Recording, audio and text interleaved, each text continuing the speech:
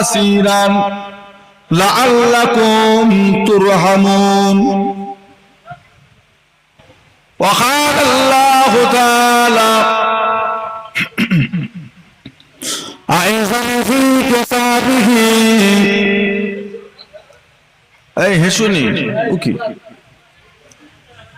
গুনাহ হবে।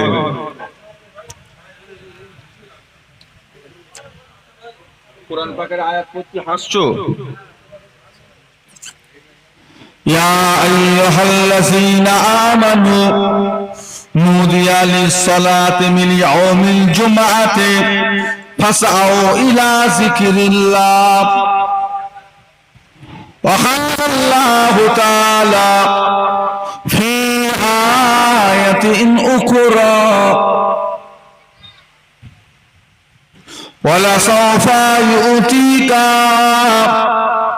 রাব্বুকা ফাতারদা। ক্বালা রাসূলুল্লাহ সাল্লাল্লাহু আলাইহি ওয়াসাল্লাম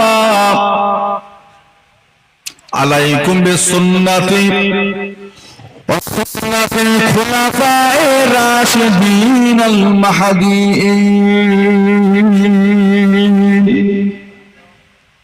ওয়া ক্বালা আন-নবী সাল্লাল্লাহু আলাইহি ওয়াসাল্লাম কুল্লু বানি আদামা খাত্তাউন ওয়া খায়রুল খাত্তাইনা তাওয়াবুন। وقال النبي صلى الله عليه وسلم لا تدخل جنة حتى يدخل حبيبي وأمته।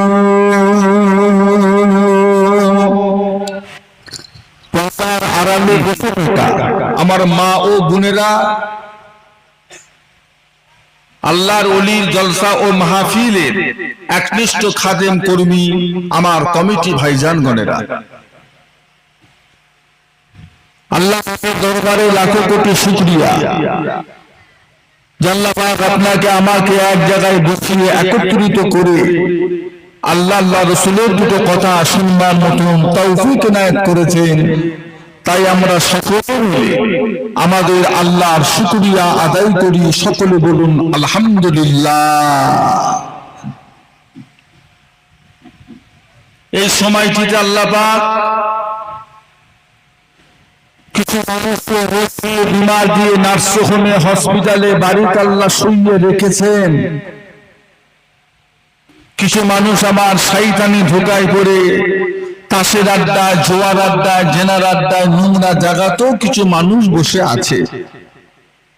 আবার আমাদের পশ্চিম বাংলার বুকে কতগুনি আমার মুসলমান ভাই বোন জালেম বাদশার অত্যাচারে, জালেম নেতাদের অত্যাচারে কষ্টের ভিতরে দুনিয়াদারি করছে।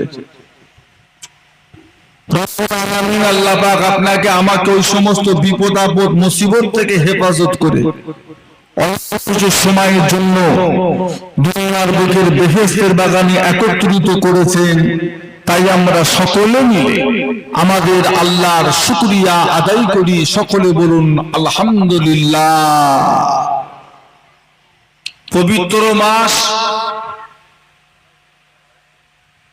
আল্লাহ পাকের কাছে বড় পছন্দনীয় মাস। যে মাসটাতে আমরা এসে বসেছি, এই মাসটা আল্লাহ পাকের কাছে বড় ভালোবাসার মাস। যদিও 12টা মাস আল্লাহ সৃষ্টি করেছেন, তবে 12টা মাসের ভিতরে 4টে মাসকে বলা হয় শাহরুল্লাহ। আল্লাহ বলছে আমার মাস। এই 4 মাসে যুদ্ধ করা, জিহাদ করা, অশান্তি করা আল্লাহ নিষেধ করেছেন। এই 4টে মাস হলো ইবাদতের মাস। এই 4 মাসকে একসাথে বলা হয় হারাম, নিষিদ্ধ মাস। এখানে হারাম মানে নাপাক নয়, অপবিত্র না। এখানে হারাম মানে নিষিদ্ধ। কি নিষিদ্ধ? সমস্ত হারাম কাজ আল্লাহ নিষেধ করেছেন। আমরা জানি বর্তমান সময়ে আল্লাহর লক্ষ লক্ষ হাজী বান্দারা আল্লাহর কাবাকে ঘিরে চতুর্দিকে ঘিরে আছে। ইহরামের কাপড় পরে আল্লাহর কাবাকে তারা তাওয়াফ করে। কপাক ঘরে 7 পাক। যেই কোণটা দিয়ে তাওয়াফ করাটা শুরু হয় ওই কোণটার নাম হলো হাজরে আসওয়াদ। ওই হাজরে আসওয়াদ পাথরের দিকে ইশারা করে বিসমিল্লাহে আল্লাহু আকবার বলে ইশারা করে চুমু খেতে হয় 3 বার। চুমু খেয়ে একটা তাওয়াফ, আবার ওই জায়গায় দাঁড়িয়ে আবার বিসমিল্লাহি আল্লাহু আকবার বলে ইশারা করে চুমু খেতে হয়, আবার একবার তাওয়াফ। এইভাবে 7 পাক ঘোরে। যে জায়গাটায় হাজী সাহেবরা ঘোরে ওই জায়গাটার নাম কি বলেন তো? জানেন আপনারা ওই জায়গাটার নাম জানেন? ওই জায়গাটার নাম বলা হয় হুদুদে হারাম। ওই জায়গাটার নাম হলো মসজিদুল হারাম। তার মানে কি? নাপাক, অপবিত্র। তাহলে হারাম বলছে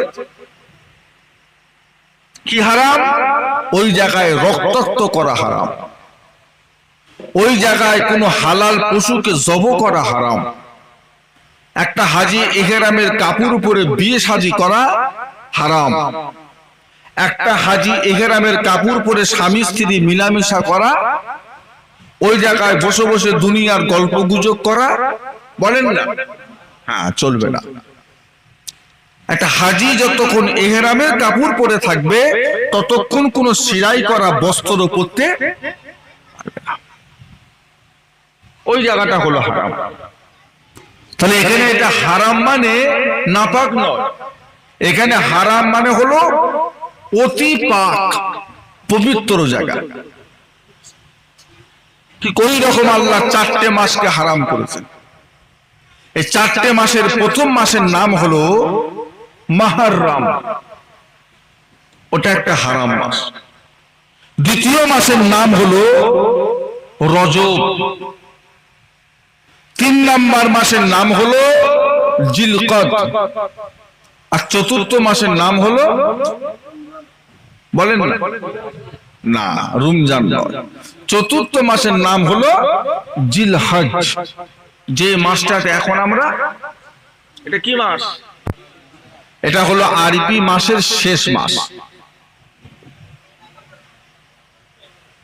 এই মাসটা হলো হারাম মাস। এগুলো হলো, এই মাসগুলো হলো ইমানদারের কাছে ইবাদতের সিজন। প্রত্যেকটা ব্যবসা বাণিজ্যের একটা সিজন আছে না নাই? আমরা হুগলি জেলার মানুষ, আমাদের দেশে আমাদের জেলাতে আলু চাষটা বেশি হয়। একটা সিজন ছিল আজ থেকে 15-20 দিন আগে পর্যন্ত। উত্তর পারগনায় চলে যান, ফুলকপি, বাঁধাকপি, পটল, ঝিঙে, ক্যাপসিকাম, মাঘ মাস, পৌষ মাস তাদের একটা সিজন। ডায়মন্ড হারবার চলে যান, একটা মাছের সিজন। মালদায় চলে যান, কিসের? আমের সিজন। ঠিক ওই রকম আল্লাহর ইমানদার বান্দাদের জন্য ইবাদতেরও সিজন আছে, আছে না? 12 মাস ইবাদত তো চলবে, কিন্তু এই সমস্ত মাসগুলোতে আমরা যদি অল্প ইবাদত করি, আল্লাহ আমাদের অল্প ইবাদতের কারণে সওয়াবের পরিমাণটা আল্লাহ অনেক বেশি করে দেবে। এগুলো সিজন। এ সমস্ত মাসগুলো যদি আমরা অবহেলা করে ছেড়ে দিই, আপনি কিন্তু পরে এই মাসটা পাবেন না। রোজার মাসটা আল্লাহর মাস নয়, রোজার মাসটা বান্দাদের মাস। ওটা আল্লাহর মাস না, ওটা বান্দাদের মাস, বেহিসাব বেকিতাব। অন্য মাসে ইবাদত করলে যে সওয়াব পাবেন, রমজান মাসে ইবাদত করলে সওয়াবের পরিমাণটা আল্লাহ 70 থেকে 700 গুণ পর্যন্ত আল্লাহ বাড়িয়ে দেবেন।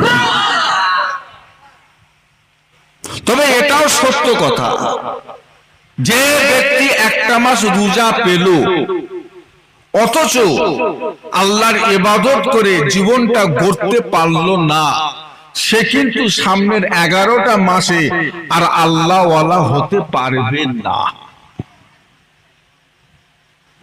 হুজুর এত বড় কথা? যে এটা বড় কথা নয়, এটাই সত্য কথা। আল্লাহ রাসূল বলেছেন রোজা এমন একটা মাস, যে মাসটা পড়ার সাথে সাথে আল্লাহ জাহান্নামের দরজাটাকে বন্ধ করে দেয়, বেহেশতের দরজাটাকে খুলে দেয়, আর ইবলিস শয়তানকে জিনজির দিয়ে বলে, যে মাসে শয়তানকে বেঁধে রাখা হয়েছে সেই মাসেও যদি আমরা আল্লাহওয়ালা হতে না পারি, আর কবে হবে? আর সম্ভব কি? আর কবে হবে? বাপ মরেছে, দাদু মরেছে, দুঃখে কষ্টে 1 সপ্তাহ নামাজি হলো, আবার জেকেছে। ও নামাজির দাম আছে? ইবাদতের ধারাবাহিক একভাবে করে যাওয়া দাম তো এটা। মন গেল পড়লো, মন গেল পড়লো না, আজান হচ্ছে হই হই করে ঘুরছে, আমি আমার মতো না, এটা দাম না। শয়তান বাঁধা রমজান মাসে, শয়তান বাঁধা, তারপরেও কিন্তু দেখবেন কিছু মানুষের শয়তানি কিন্তু কমছে না। কেন বলেন তো? কেন বলেন তো? তার মানে আমরা জীবনে যা গুনাহ করি, আমাদের প্রত্যেকটা গুনার জন্য শয়তান দায়ী নয়। আর একটা কেউ আছে যে আপনাকে আমাকে গুনার কাজ করায়, তার নাম কি? আমার কথা আপনারা বুঝতে পারছেন? আপনারা কি বিরক্ত হচ্ছেন? আলহামদুলিল্লাহ। তার নাম কি? নফস না, অন্তর না। নফস, অন্তর আলাদা জিনিস, নফস আলাদা জিনিস। শয়তান হলো বাইরের দুশমন, আর নফস হলো শয়তান। তার আবার ওষুধ আছে, নফস তার আবার ওষুধ নেই। কিয়ামতের দিনে আপনি শয়তানকে ধরবেন, আল্লাহ যখন বলবে তুই গুনাহটা করলি কেন, আপনি বলবেন আল্লাহ আমি তো করিনি, শয়তান আমাকে গুনাহটা করিয়েছে। শয়তান বলবে আল্লাহকে জিজ্ঞাসা করেন আমি ওকে হাত ধরে ধরে নিয়ে গেছিলাম। শয়তান গুনাহ করায় না, শয়তান আপনাকে গুনার রাস্তাটা খালি বলে দেয়।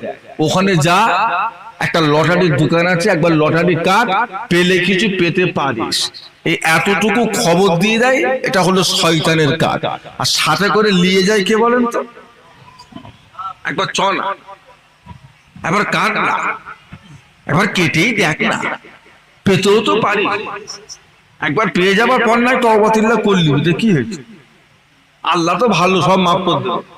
এই যে ধোঁকাটা কে দেয়? ও বাবাজি, আপনাকে আমাকে না হলে শয়তান গুনাহ করিয়েছে। আচ্ছা, শয়তানকে শয়তান কে বানিয়েছে?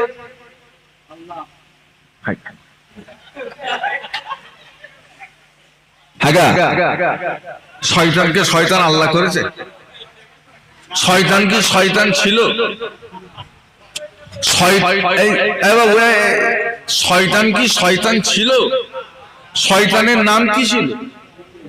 না, ইবলিস নয়, ইবলিস তো পরে হয়েছে। প্রথম নাম কি ছিল? আজাজিল। শয়তানের নাম ছিল। ওর ইবাদত কত! শয়তানের ইবাদতের কাছে আমাদের ইবাদত দাঁড়াতে পারবে?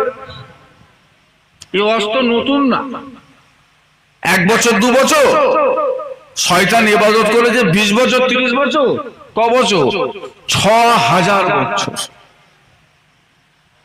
গোটা পৃথিবীতে এমন কোন জায়গা নেই যেখানে শয়তানের সেজদা নেই। ইবাদত করতে করতে, ইবাদত করতে করতে, ইবাদত করতে করতে ফেরেশতাদের থেকেও উপরে উঠে গেছে। লাস্টে আল্লাহকে ফেরেশতারা বলছে, আল্লাহ শয়তান যদি আমাদের উস্তাদ হতো আমরা খুশি হতো, আল্লাহ শয়তানকে ফেরেশতাদের উস্তাদ বানিয়ে দিল। শয়তানের নাম হলো মুআল্লিমুল মালাকুত, ফেরেশতাদের উস্তাদ।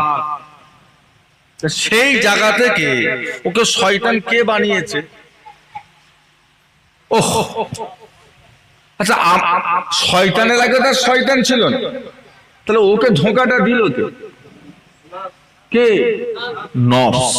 তাহলে আমাদের সবচাইতে বড় দুশমন শয়তান না নফস? আমাদের বড় দুশমন হলো নফস। এই নফসটাকে কন্ট্রোল করতে হবে। এই নফস এ বুড়ো হয় না, নফস এ বুড়ো হয় না, এ সব সময় জোয়ান। আপনার দাড়ি পেকে গেছে, চুল পেকে গেছে, পিঠের সিদ্ধারা বেঁকে গেছে, সুযোগ যদি পায় গুনাহ করতে উনিও ছাড়ে না। তার মানে কি? নফস তখনও কি? নফস তাজা, নফস কোনোদিন বুড়ো হয় না। যতদিন না পর্যন্ত আপনি নফসটাকে কন্ট্রোল করতে না পারবেন, আপনি আল্লাহওয়ালা হতে পারবেন না। লোভ, লালসা, গুনার কাজ, নাফরমানি, অহংকার, ফকর, রিয়া, এসব কোথায় থেকে আসে? আল্লাহ যখন শয়তানকে বলল আদমকে সিজদা কর, আদমকে, তখন এবার শয়তানের নফস এবার শয়তানকে ধোঁকা দিচ্ছে, হ্যাঁ তুই আগুনের তৈরি, তুই একটা মাটির কাদা ঢেলে দিয়ে তৈরি, তুই ওকে সিজদা করবি? তুই কি পাগল? আল্লাহকে বল যে আল্লাহ আমি দামি, ও কম দামি, আমি ওর কাছে মাথা নত করবো? ধোঁকা কে দিচ্ছে? দেখেছে কোন জায়গায় মারলো? শয়তান একটা বড় চিন্তা করলো না যে হুকুমটা কার। ও এই চিন্তা করে না, ও চিন্তা করেছে আমি দামি আর আদম কম দামি, আমি আগুন আর উনি মাটি, আমি ওর কাছে মাথা নত করবো কি করে? এটাই হলো নফসের কাজ। আল্লাহ বংশ দিয়ে বিচার করবেন না, আল্লাহ চেহারা দিয়ে বিচার করবেন না, আল্লাহ বান্দার টাকা পয়সা দেখে বিচার করবেন না। এসব জিনিস আল্লাহর কাছে কোনো মূল্য নেই। আল্লাহ পাক যদি টাকা দেখে বিচার করতেন, আল্লাহ পাক যদি বান্দা বান্দি পয়সা দেখে যদি বিচার করতেন, আল্লাহ যদি বান্দা বান্দির বংশকে বিচার করতেন,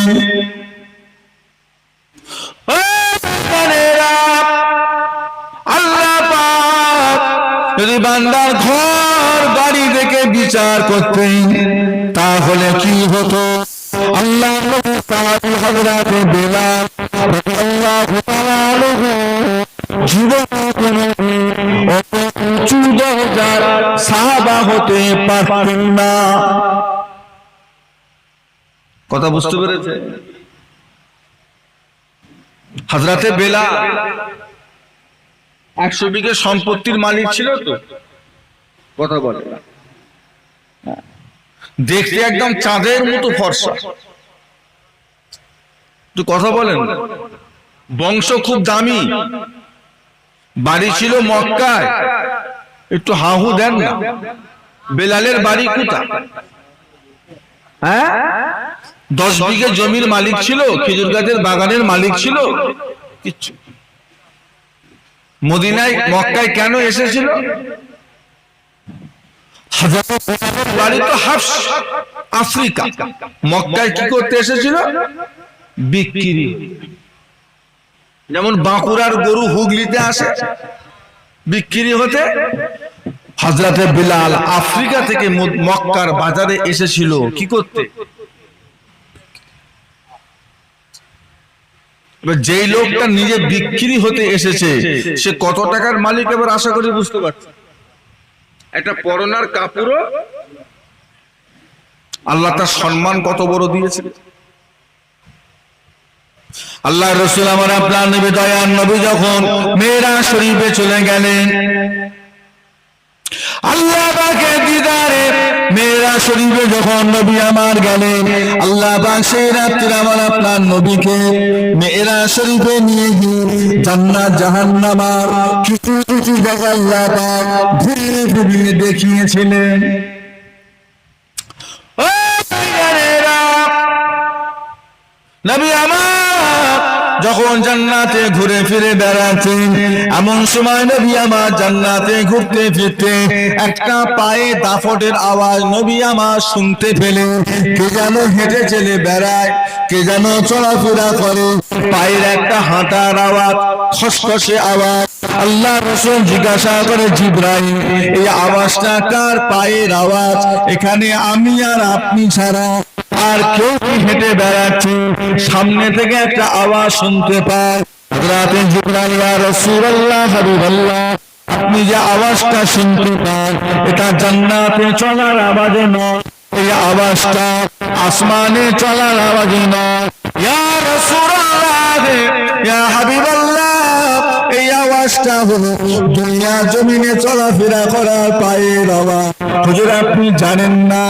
আপনার সাহাবী হযরতে বেলাল রাদিয়াল্লাহু তাআলা আনহু দুনিয়া জমিনে চলে ঘুরে বেড়ান, চলাফেরা করেন।